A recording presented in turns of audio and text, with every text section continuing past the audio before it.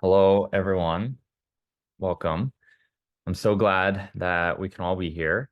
I know I'm really excited to share these results. I think Paolo is really excited to share these results. And just to open up, I have to say that with all of the neuroscience and yoga content that we do, my biggest goal is to share neuroscience and yoga with everyone. I hope that you'll walk away with a better understanding of both the theory and the practical behind all of this, that you'll be inspired to support and participate in scientific research on yoga, and that you'll advocate for yoga in schools and healthcare settings and every possible setting with all the information that you learn. And for those who watch later, thank you for joining as well. I'm sorry that the time didn't work out. And so today's really exciting. We're talking about the results from our neuroscience and yoga online research program. Many of the people here participated in the program, and so they were subjects in this study, and their data are included. And the whole kind of idea of this, the whole mission behind the research program is we all know that as scientific research on yoga has exploded and more papers are coming out, there are still obstacles to conducting high quality scientific research on yoga. And one of those is funding. So I think this is improving, honestly, with the NCCIH, which is one of the branches of the NIH, but it's still hard to get people into studies. And so our whole hypothesis with this is that we'll be able to put scientific experiments before and after yoga classes that students are already interested in taking and making it fun and game-like and still collect high quality data and understanding about how yoga affects people. And we'll also be able to reach more people all over the world rather than just being restricted to geographic locations around academic medical centers by doing it this way. And for this presentation, we'll take questions at the end of each section. You're also welcome to type them in the chat as we go.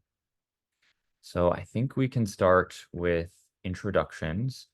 Paolo, would you like to go first? Okay, thank you. So thank you everybody for being here, first of all. And then I'm Paolo Pacciolla. I'm a neurobiologist and a yoga teacher. I studied neurobiology in Italy, and I've been studying and working here in Italy and in Spain. I've been investigating rewiring of neurons in Spain, and then I came back to Italy and I started to work on clinical research. At the beginning with rare genetic neurodegenerative diseases, the amyloidosis specifically. And then I started to work in clinical research in other fields like oncological and hematological diseases. And then at the end of 2021, I decided to dedicate myself just to yoga. But I didn't want to stop going with the investigation, and I really wanted to give something to the scientific community. And I really think it's interesting to see the beautiful that there is in yoga through the tools of science. So I'm very excited to be here tonight, and thank you very much for being here. I really like the idea to share my passions with you. And I'm Jonathan. It's so nice to see everyone. I am a neurologist in New York City, which means that I'm a physician that specializes in disorders of the nervous system like stroke and epilepsy and multiple sclerosis and Parkinson's. And so I found out last week that I'm a board certified neurologist now, which is super exciting. And I am also a yoga student here in New York City. My teacher is Sri Dharma Mitra. And I've just been really interested in how yoga affects the nervous system naturally. And so I've been hosting events and trying to get my feet wet in scientific research on yoga as well. So that's a little bit about me. Okay, so for today, and I'm actually just going to spotlight us as we talk. Okay, so for today, we have a few things we'll be going over. So for this research program presentation, we'll start with what the goals of the study were. So what were we trying to accomplish here? We'll go over some theoretical background that's helpful to know. We'll go over the structure of the study, so how it really worked. What did participants do? We'll go over the demographics of participants, so you know who really participated, how generalizable are these data. We'll go over the results, of course, and then we'll talk about some conclusions and next steps. And so for goals of the study, I'm going to hand it off to Paolo. The goals of the study that we decided to have was to test out, as you can read, a different way of conducting online yoga research, particularly a randomized controlled trial, which is the kind of study that we designed for this study. Identify ways to optimize the approach, because of course we wanted to give the opportunity to many people to participate. So we wanted to create something easy and really doable for everyone. Connect with people interested in this topic. As I said before, I think it's very interesting to see yoga through the tools of science. So, and I guess I'm not the only one thinking that. So it's very exciting, the idea of connecting with more people thinking the same. And examine how a simple pranayama intervention compares to a sleep hygiene for improving sleep quality. Okay, so we wanted to finish with this nice thing, accomplish your goal one step at a time. And so I think I'm doing theoretical background. I'll switch. All right. So for the theoretical background, I just want to go over what neuroscience is really quickly and how normal sleep physiology works. I think that will be really helpful for contextualizing what we're going to talk about. And I think we all know that neuroscience is the study of the function and dysfunction of the nervous system. And then the thing that I always emphasize about neuroscience that I think is easily forgotten is that it is gigantic, that it is a massive field that spans so many different layers of science. So just going from small to big, there is a molecular layer to how neuroscience works. How do molecules like neurotransmitters or signaling molecules affect the function of the nervous system? There's also a genetic layer. So how do specific genes and their expression change, and how does that affect function? There's a synaptic layer, so how neurons actually talk to each other. A cellular layer, so how individual cells can take inputs and turn them into decisions and outputs. A network layer, so how those cells interacting ultimately leads to processing of information and storing of information and decision making. A system layer where multiple networks can interact, and you can have a whole complicated system when you think about like the motor system or the visual system or the attention system or the sleep system. And then, of course, the behavioral layer, which is what we observe every day. This is what people are doing, how they're interacting with the world. And then there are the emergent properties of nervous systems, like how we socialize, how we form political situations, how we create economies. And so, yeah, neuroscience is gigantic and it spans every other layer of science. And the way we study it is pretty limited. So if you look, any individual test or any individual experiment available for studying the nervous system only covers a small part of the spatial scale. So that's the y-axis here. And you can see, like, looking at like EEG or fMRI, that's a very small spatial scale. It just looks at systems and whole brain function. Whereas if you really wanted to get down into like molecules and synapses, the types of experiments are pretty difficult to do in humans, right? It's very hard to get inside someone's brain while they're alive because it's unethical. So there are a lot of animal studies that are done, of course, however you may feel about them, that look at these. But our problem in the yoga world is animals don't do yoga, as far as we know. And so we're really limited in how we study how yoga affects the nervous system.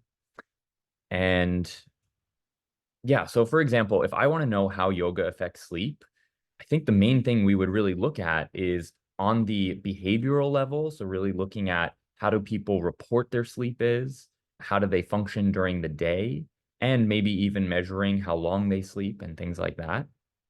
And then you could also look at things like EEG or fMRI while they sleep.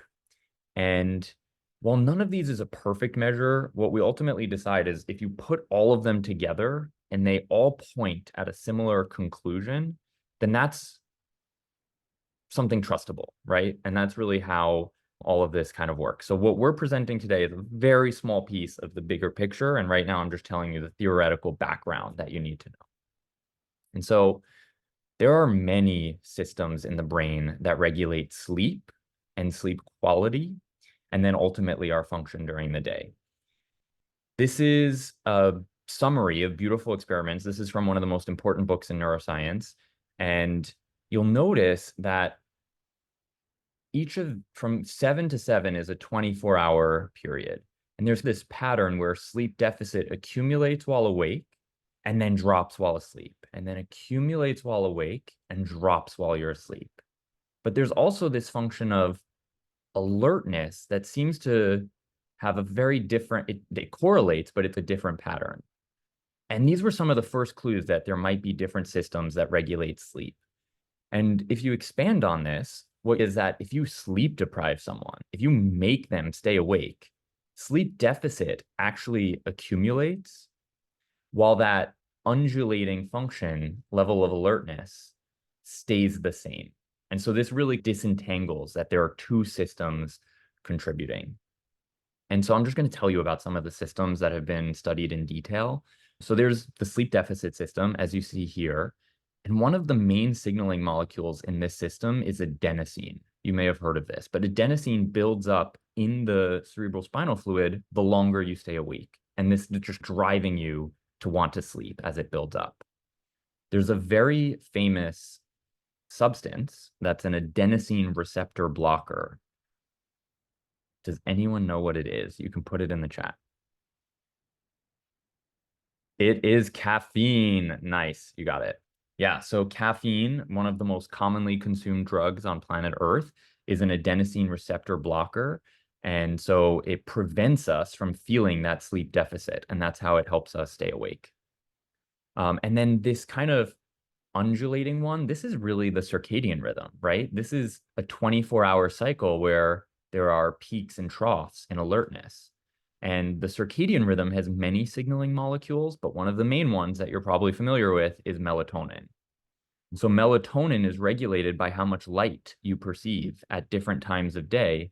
And so melatonin secretion is signaling that it's time to be, if it's not a lot of melatonin secretion, it's time to be awake. And if there's a lot of melatonin secretion, it's time to go to sleep.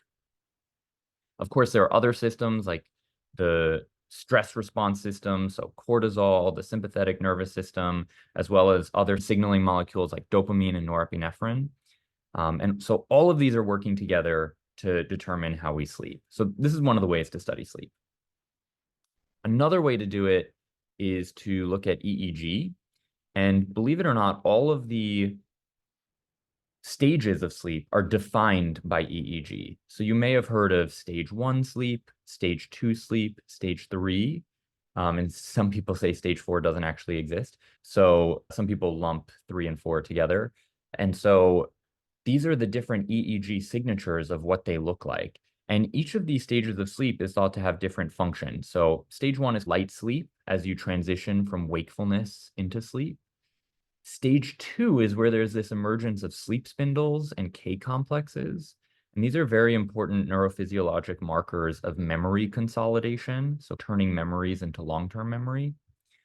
And then deep sleep is very restorative, where the brain really slows down. And having a normal pattern like this, where people have deep sleep at first, and then spend more time in REM sleep, where they're dreaming as they go through the night, this normal pattern of sleep is very important for sleep quality and kind of the benefits of sleep, feeling alert during the day, feeling like you have enough rest. And so there was this really awesome review paper from 2022. I think it's from the Mayo Clinic, and they surveyed all the literature and they looked for associations between different measurements of sleep, so including the EEG characteristics, the circadian alignment, sleep duration, sleep interruption, sleep disorders. And then they looked at how that affected sleep quality and then performance during the day. And No surprise, there were tremendous associations. So it seems like slow wave sleep, so that stage 3, stage 4 sleep that we looked at was really important for having better cognitive performance. And so was sleep spindle. So having stage 2 sleep was really important for having cognitive function during the day and feeling like you had good quality of sleep. These also affected mood, reaction time, and performance on physical tasks, and blood pressure and heart rate. And they even had studies where they looked at serum levels of some of the stress hormones, and there were correlations there as well. And so, okay, in an online study, we're not able to look at all these things, right? But what we are going to look at is a summation of this quote unquote sleep quality. Like putting all of this together, how is your sleep? And Paolo is going to go over that a little bit. And so I just want you to have a context, like we don't know exactly what mechanism, what brain changes, what signaling molecule changes, what synaptic changes, what network changes really underline what we're presenting. We're looking at the behavioral level right now, but it's probably fun for all of us to speculate a little bit once we see the results, what underlies these changes. So I'm going to hand it off to Paolo for the structure of the study.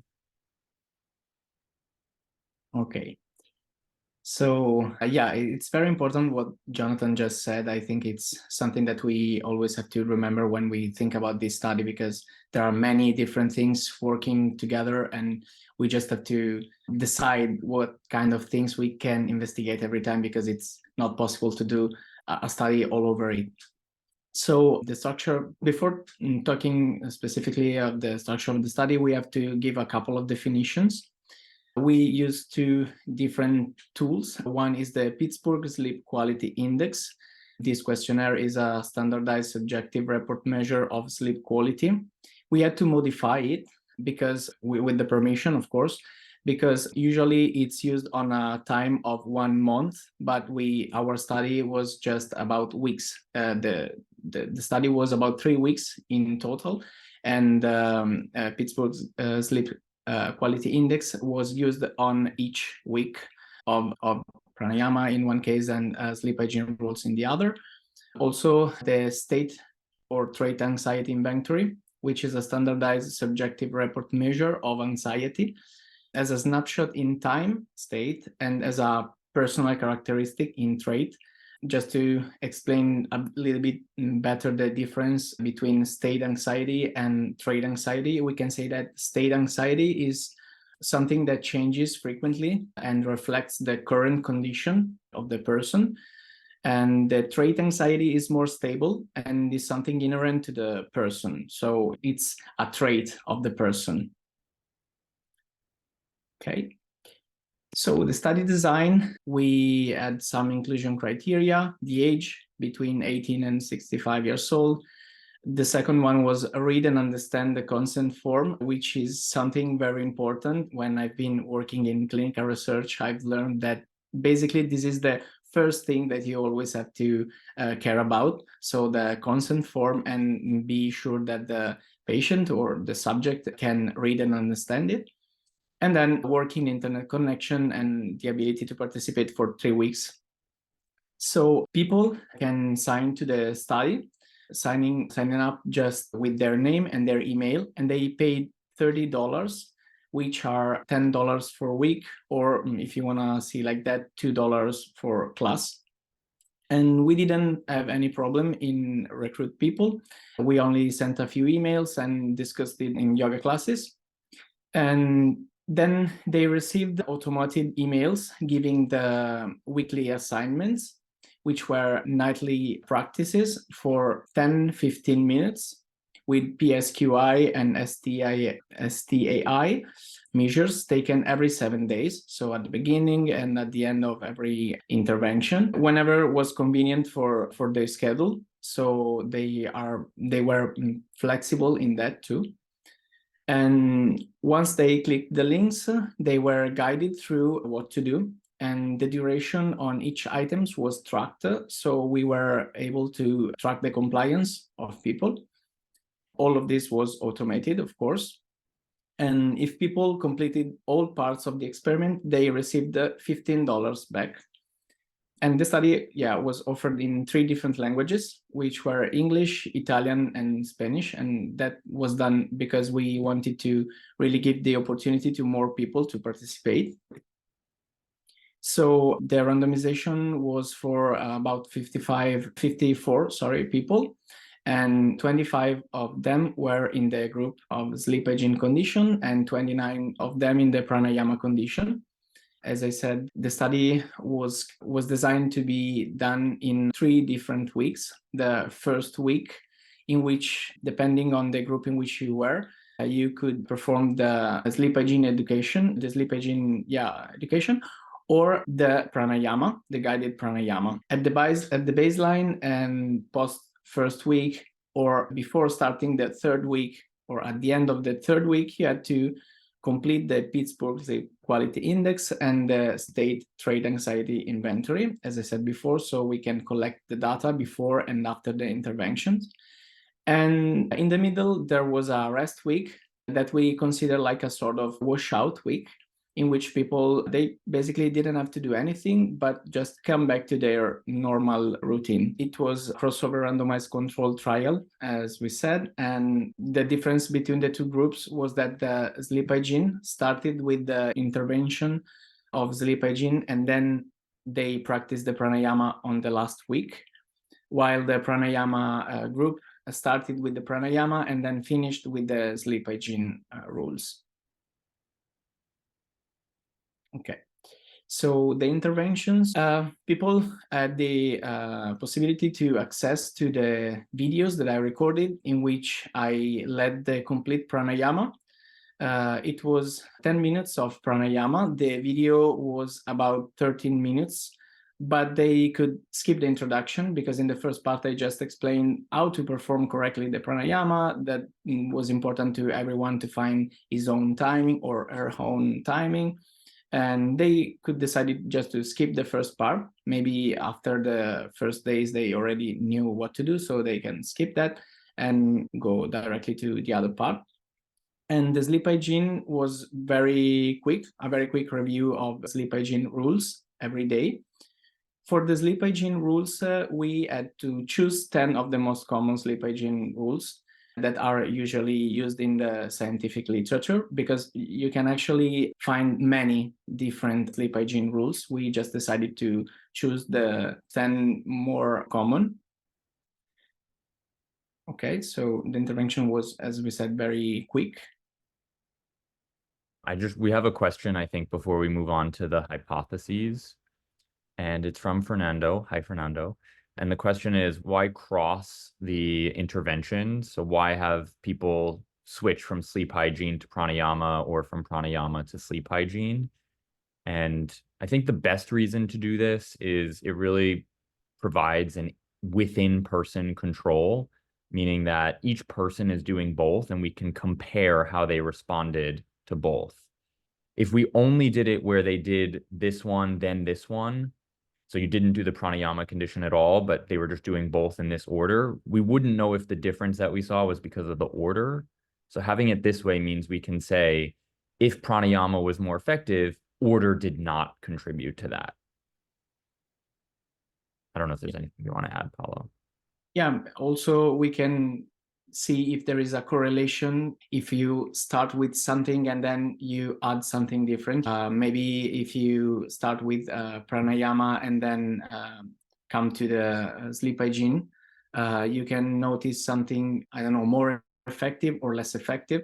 So if you structure the study this way, crossing also the intervention, you can also see if there is something which is working in this direction, or maybe there's no correlation between the 2 things.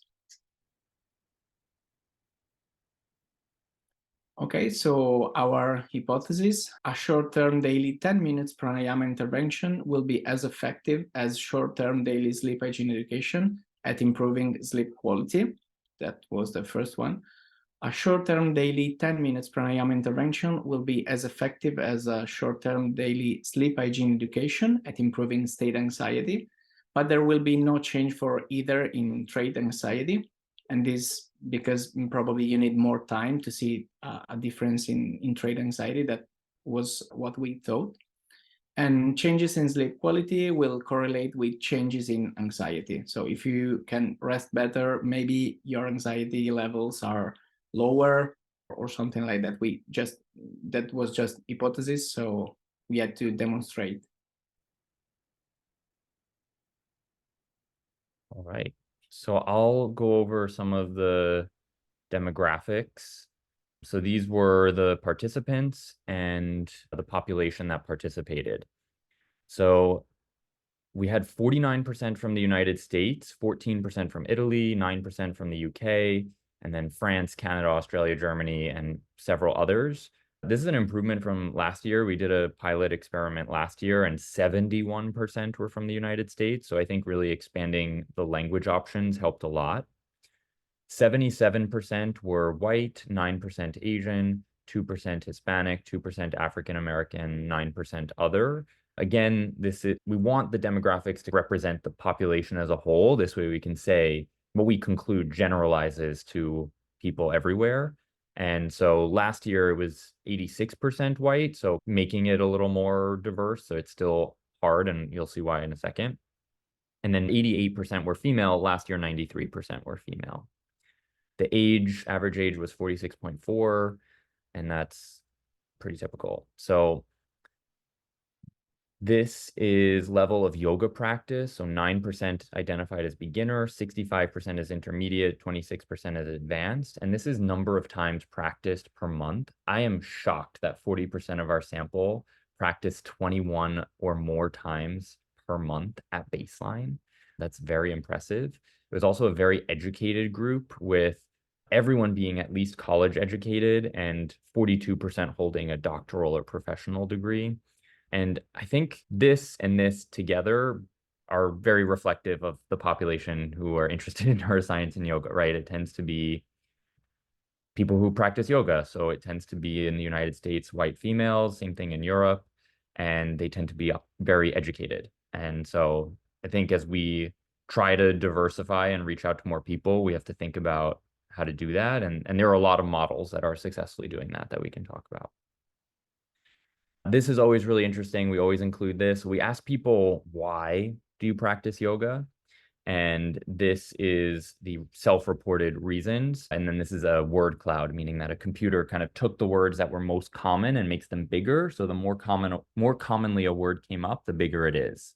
And so health, mental, practice, physical, grounded, body, benefits, connection, energized, greater focus, love, all of these seem to come up, which is pretty cool to see.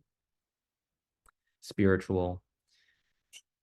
Okay, so now on to the part everyone's waiting for, which is the experiment results. And we're going to start with the main outcomes, meaning the things that are based on the hypothesis or hypotheses, and then we'll look at some of the other analyses we did. So the first thing to look at is attrition. How many people actually stuck with the intervention? And to go over this graph, this is the number of participants who completed each step. So this is doing the practices of week 1, doing the survey after week 1, doing the survey after week 2, that was the rest week or the washout week, doing all the practices of week 3, and then doing the survey after week 3. And this is how many people completed everything. And you can see that there's quite a bit of dropout. So just some questions to go through. So the first question is, will people sign up for something like this? And the answer is yes, right? And you might notice that there were 54 who were randomized, but only 43 started the introductory day. I'm not sure why that is. I think some of those people even did not do the introductory day, but then did other parts of it. So yeah, it seems like sometimes people missed emails, something like that. And that really led to just a little bit of not completing the intervention. So will people sign up for this? The answer is yes. We had 54 people sign up, and 43 just from a few emails, even if that's what it was, is still pretty good. But then will they stick with the program? And the answer was about 58% of them stuck with the program fully.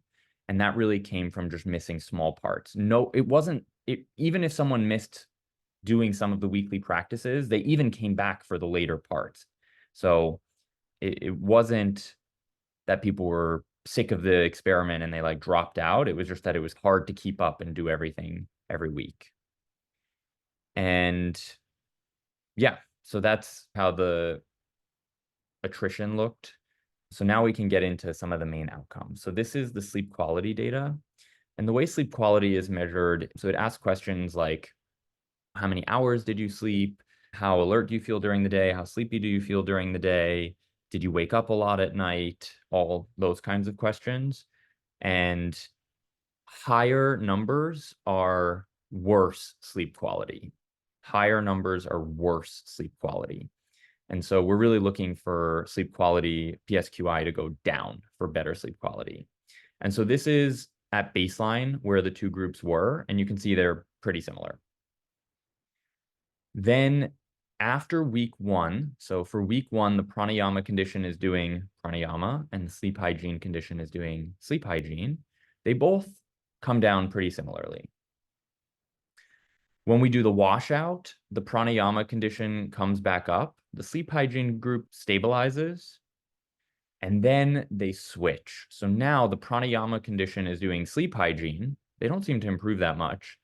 And the sleep hygiene condition does pranayama, and they seem to improve even further. Okay. And I'm going to show you another graph that makes this much easier to interpret. But one of my teachers always said you have to visualize the data exactly as you recorded it just to make sure it makes sense. Okay. So then we have state anxiety inventory, and there actually was a difference at baseline here between the two conditions, which is just important to note. And it's interesting because you randomize in order to make this not happen, but it happened anyway. So the pranayama condition, when they did pranayama, they had a dramatic decrease in state anxiety. The sleep hygiene condition had a more moderate decrease in state anxiety. When they do the washout, they both stay stable from where they were. Maybe the pranayama condition goes up a little bit more. And now when the pranayama people do sleep hygiene, they continue getting a bit worse. And then when the sleep hygiene condition does pranayama, they get better. Okay. For trait anxiety, there really aren't too many changes. Oops. So if you look at this, the main difference, the steepest decline is when the sleep hygiene group does pranayama, they have a pretty big drop. Okay, but now we're going to look at this data in a much easier way to interpret.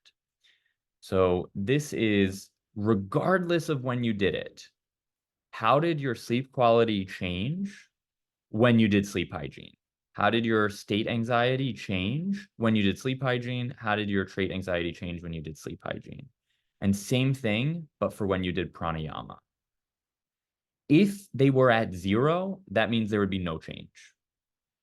So you'll notice that the change in sleep quality with sleep hygiene and with pranayama, regardless of when you did it, seems to actually favor pranayama, which is stronger than what our hypothesis was. Our hypothesis was that they would be similar. Sleep hygiene is one of the gold standards for improving sleep quality, but it seems like pranayama may have a bit more of an effect. Of course, these lines are not non-overlapping with each other, but this line includes 0 and this one does not. For state anxiety, this was much more dramatic. So sleep hygiene resulted in a modest and overlapping with 0 improvement in state anxiety, but pranayama resulted in a pretty dramatic and very different from 0 improvement in state anxiety. And they were quite similar in terms of trait anxiety, as we predicted. So you might be wondering, why aren't there any p-values for kind of the stats aficionados out there? The answer is that I need to do Wilcox and rank sums in order to do this, and I don't have access to the fancy software I used to use, so I was trying to figure out how to do it just in my regular spreadsheet software, and it was not going well. So I just decided visualizing it with standard errors of the mean was better. Okay, and then the last one, we were hypothesizing that the change in sleep quality would correlate with the change in anxiety, meaning that if you improved more in your anxiety, you would improve more in your sleep quality, that they would be connected. And that's actually not what we found. These are very weak correlations, meaning that they don't really explain the data. So you could have had a really good improvement in your anxiety, but not that good of an improvement in your sleep quality. Or you could have had a really good improvement in sleep quality without an improvement in anxiety. And the reason this analysis is so important is it gives us some insight into the mechanisms. Before, we were talking about how melatonin, adenosine, stress hormones, all of those work together in order to determine sleep quality. Well, it looks like for both pranayama and sleep hygiene, it's not the changes in stress and anxiety that result in changes in sleep quality. They were not correlated, right? So perhaps it's some of the other systems like adenosine or melatonin or some others that are contributing. Okay, so yeah, keep putting questions in the chat. We're going to get to them. And so just some of the other findings. So while we didn't see that the change in sleep quality and change in anxiety were related, we did see that at baseline, there was a pretty strong correlation, meaning the more anxiety that someone had at baseline, the worse their sleep quality was at baseline. And that was both for state anxiety, and it was even stronger for trait anxiety. We also looked at whether this differed by level of yoga practice, meaning if you were like a beginner, intermediate, advanced, did that change how your outcomes were? And I don't even want to go over these graphs. Apollo and I were looking at them. We tried to make sense of them. They are just so noisy and they make no sense. So I think what we can say is we just can't comment on that with the data that we have. It's just too noisy. We also looked at whether order mattered, like we talked about before. And so this is all for when you did pranayama, how was your change in sleep quality if you did pranayama first versus if you did it second? Same thing with state anxiety, if you did it first, if you did it second, trait anxiety first or second. And first or second meaning if you did pranayama first or second. And then same thing with sleep hygiene. So how is your change in sleep quality if you did sleep hygiene first? How is your change in sleep quality if you did sleep hygiene second? Okay. And for sleep hygiene, there doesn't seem to be a super strong order effect. Maybe a little bit, but it really looks like they are similar. Now, I will say it is because it's a discrete measure, meaning you can only have a sleep quality of 1, 2, 3, 4, 5, none of the in-between numbers.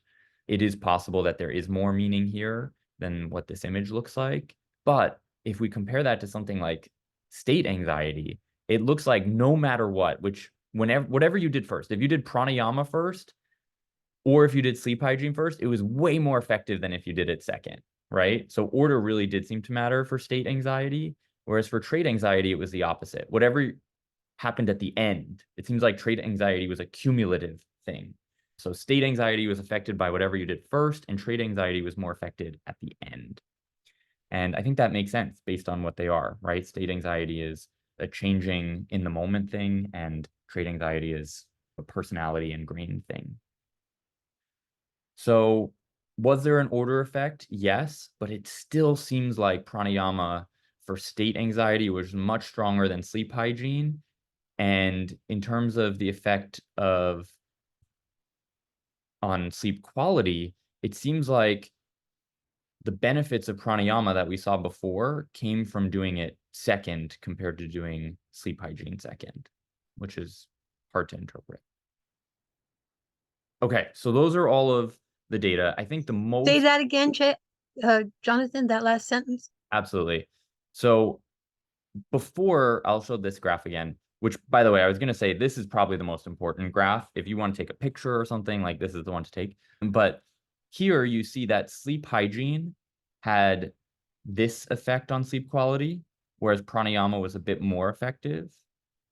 And if we split those into two further groups, so this is pranayama, this is sleep hygiene's effect on sleep quality, you can see that, remember, pranayama was a little bit better. It seems like if you did sleep pranayama first or sleep hygiene first, they're pretty similar. But when you did pranayama second, it was more effective than if you did sleep hygiene second. And that seems to be what led to the bigger difference that we see here, comparing these two. Gotcha. Thank you. Yeah. And so what does that mean? One possibility is that when people did the sleep hygiene, they learned it, liked it, and kept it. And so they were still doing sleep hygiene while they were doing pranayama. And so we were getting an additive effect. That's one of the possible explanations. So we can only speculate about that. So those are the data. And let's see what questions we have. Would you share the 10-minute pranayama video that you used? Yeah, absolutely. And does it matter what time of day it's done? So we actually required that everyone do their practice before bed. And I think we asked people to actually put a reminder on their bed, like just like a piece of paper or something, to say, like, before you go to sleep, make sure you do your practice. And so they had to just click a link in their email. Every day they got the email telling them what to do, and they clicked it, and it would say, like, here's the video.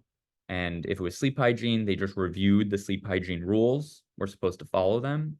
And then for pranayama, they were supposed to sit with the video doing the pranayama. And which pranayama did we use? It was Samvritti pranayama, so square breathing. Very simple, easy to learn, and one that is probably the most widely accessible pranayama. Okay, any other questions on the data results?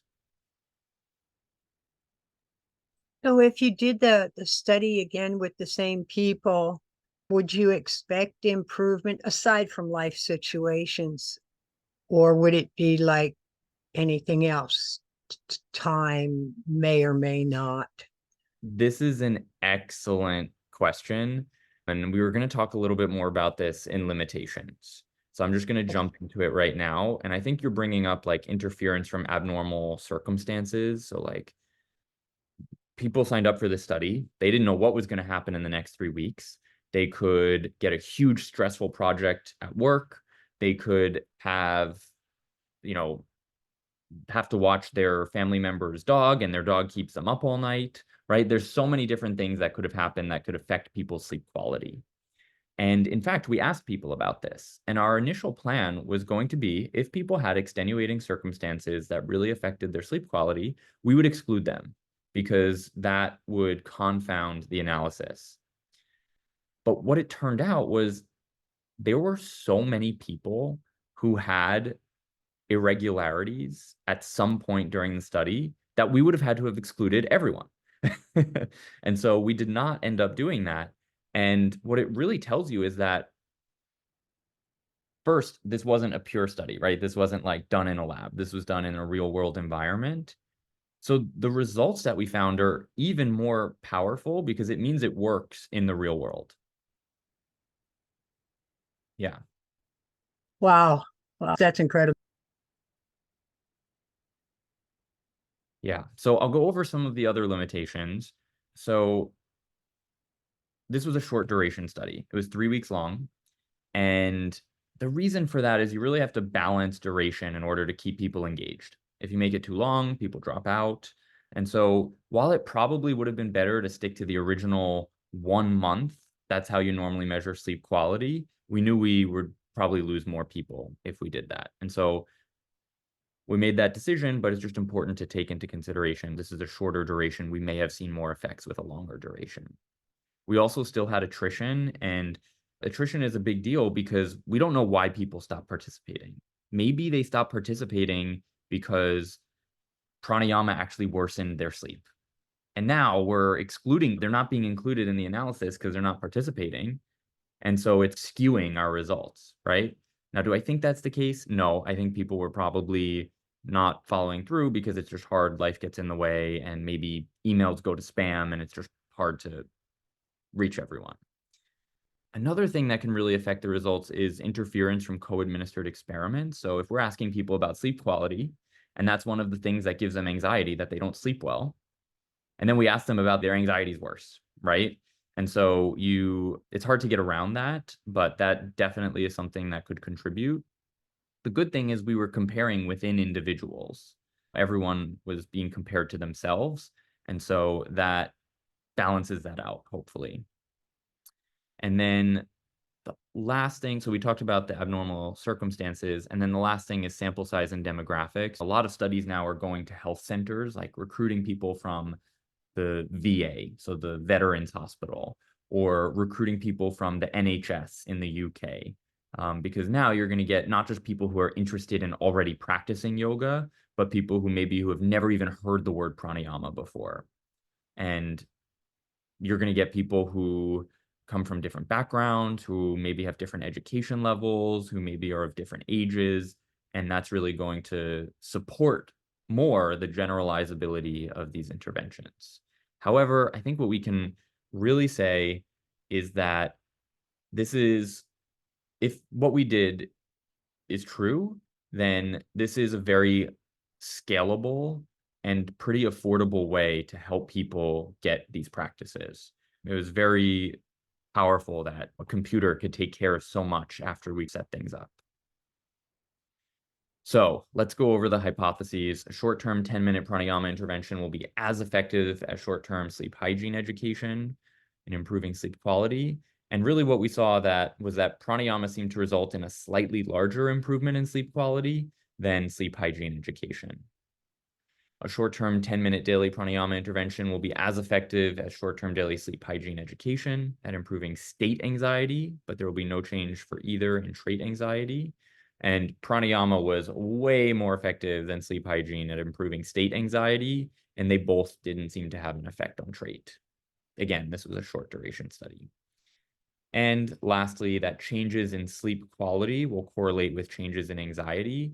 And yeah, this was not seen. So it seems like the mechanism by which pranayama and sleep hygiene improve the sleep quality is not by improving anxiety.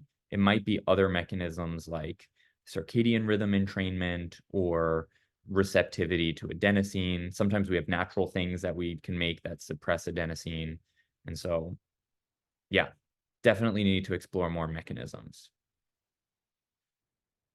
And that is really it. I think next steps, we definitely need to improve attrition. Maybe we need to have a more standardized way to get, if people don't complete an intervention, they get a follow-up email. We need to be able to do longer trials. We need to replicate prior work, and we need to recruit more diverse samples.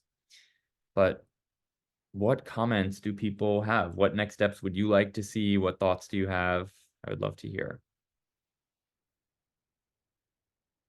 I'd be curious if you could get much the same group of people and to see, like, for a few years running, just hit them at the same time of the year, a few years running.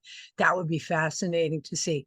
And then the other thing that I think is, like, how can we roll this out swiftly? Because so many people will, when they're told that it works, sometimes they believe that just that sentence, and that helps them too. Yeah. Yeah. And the more balance we get in that sleep. I did not know about that. How do you pronounce it again? Adenosine? Adenosine, yeah. Adenosine. Yeah, that's going to be a little topic of research for me for a while. Thank you. Cool, yeah. So I totally agree. I think one of the really cool potentials for this is just one of the most important studies ever done is called the Nurses' Health Study. And they enrolled people in the medical field because it was easier to recruit them into this study where they just asked them, I think it was maybe once a year or every 6 months or something, like how they ate, how they exercised, just basic lifestyle things, and then looked at how often did they die? What did they die from? Simple things like that. And when this study ran for decades, many decades, and it's one of the most important studies on lifestyle that's ever been done because lifestyle interventions work in the long term. And even though we can pick up some of the acute effects, the chronic effects are really the most interesting. And so I totally agree, Carla. It would be so cool to do something like this and just follow people for years. Hello, Jonathan. Hey, Fernando. Hi.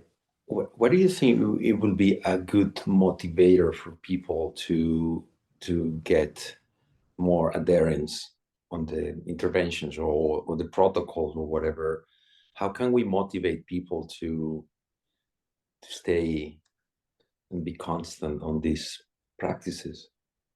Yeah, I think a lot about this too. And I think that's one of the major downsides to doing an automated system like this. The advantage is it's so much more affordable, but the downside is where's the accountability? And I think having a system that kind of reminds people if they don't complete the practice, we didn't have that. They just got one email and they had to click it. They didn't get reminders if they didn't do it. I wonder if having reminders and maybe even some kind of points accumulation thing, the more you do, you see your points going up, that kind of thing could be motivating. And I also think just in practice, this isn't based on like studies, but like when people see improvements in themselves, that's when they feel motivated, when they start seeing the benefits. And I think having people reflect at various intervals for a really long study could be a way to get them to say like, oh, I want to stick with this. Like now that I thought about it a little bit, I actually am seeing the benefits. So feedback that tells them, hey, you're doing good. Yeah. In the short term or in the long term, what do you think is more effective? Like when you tell the people, hey, you did amazing, or in a longer term, like, wow, you're losing weight, your blood pressure is going down. It's like, what is more effective, like the immediate one or the longer? I think you probably need regular intervals of feedback. I don't know. Hard to answer. What do you think? I don't know. It's like I was listening to someone, one of my patients telling me that I asked her, you have to dance, you have to move. I was like, what do you like to do? And she told me, I like to dance. Like, okay, why did you go dancing? And she told me, I have this game from like it's a game that you are holding a joystick. I don't know the name of the game because I don't have like these machines, but they dance like, and they have like a different kind of beats and different kind of music. And so, and I asked them, why do you like that? And she told me, because it gives me a feedback at the end of this dance or the song, and it tells me how good I did it, because apparently it just like measures the way it's moving, and it tells you like if you're doing the right movements or you're not moving enough. So I wonder, is that is more effective at the end of the session, or is more effective when they are doing the dance, to have like a comparison of what they're doing with what they are supposed to do. So I was wondering about like, okay, these games are interesting because it motivates them to do these dancings, but is it more effective in the long term or in the short term for them? Probably a mix, I bet. I bet it takes both. Thank you. Yeah, I was one thing about that also. I was part of that study, and it could be nice to like me, all participants, well, just say, okay, I've done that and I've really improved my sleep. It was my case. And in saying to people the benefits that can give them too. And the second thing would be, I was quite surprised how engaged I have to be, because it was a practice every day. It was summer. I had people at home. It was quite complicated to do. And one night I just say, okay, to do this program.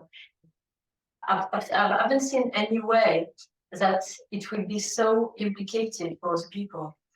So it could be a way also just to explain to people what, how long. It's not only 15 minutes, because for me, for example, I just realized with that experience that I did not have any sleep routine. So when I just read the first day, you have to do that 1 hour before to go to bed. And I was saying, but I don't know when I'm going to bed. And so how can I know 1 hour before if I don't know the time? Did you understand? So I was okay. So I have all my life to organize. How can I do that? And it has been a very nice experience, and I've learned a lot about that. But it's possible that I'm not the only one in that case. And people are just surrounded by information and they don't know really how to use it. That makes a lot of sense. Yeah. I think also we ran it over the summer, which is like the time that people are the busiest. Yeah. That's interesting. And I will be okay to write or record anything to explain what these programs give to me and how conscientiously I have sleepage hygiene and how I pick my pranayamas also to do in that sense. So it could be ideas. Cool. Thank you, Amy. So I think we're a little over time. If anyone has to go, I'm so sorry to run late. I always run late. But this is a link in case you're interested. It'll sign you up just as an email person who's interested in research. And so whenever we're doing new research programs or collaborating, looking for collaborators, we'll reach out to you. So you can just put this link in and that'll take you there. And then these are our Instagrams and websites, which you may or may not already know about. And then these are the references for today's presentation. So thank you, everyone. And a huge thank you to Paolo for really taking the initiative and making this whole program happen. And thank you to everyone who participated. And yeah. Thank you, Jonathan, and thank you, everybody.